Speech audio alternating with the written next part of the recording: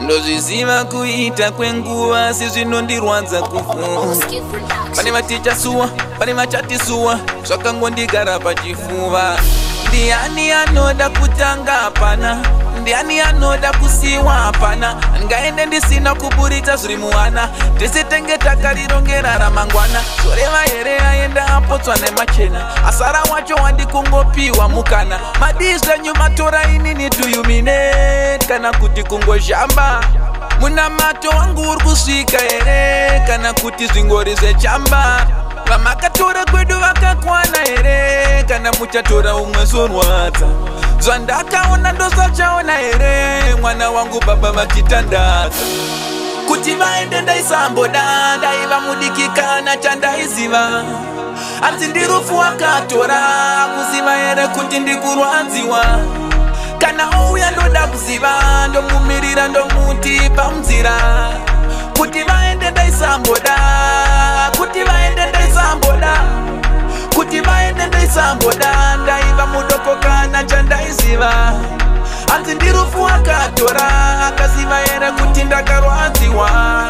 Kana uya ndoda kuziva, ndomumirira ndomuti pamunzira.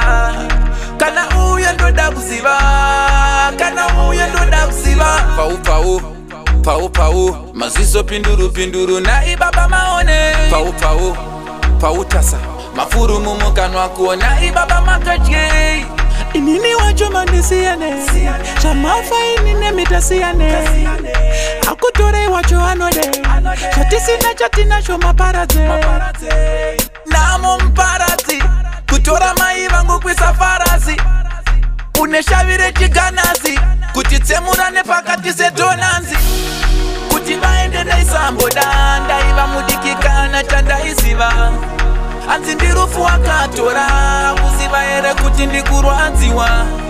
Kana uya ndoda kuziva, ndomumirira ndomuti pamunzira.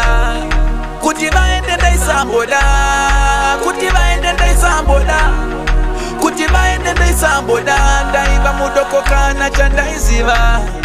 Anzi ndirufu wakatora, akaziva here kuti ndakarwadziwa. Kana uya ndoda kuziva, ndomumirira ndomuti pamunzira.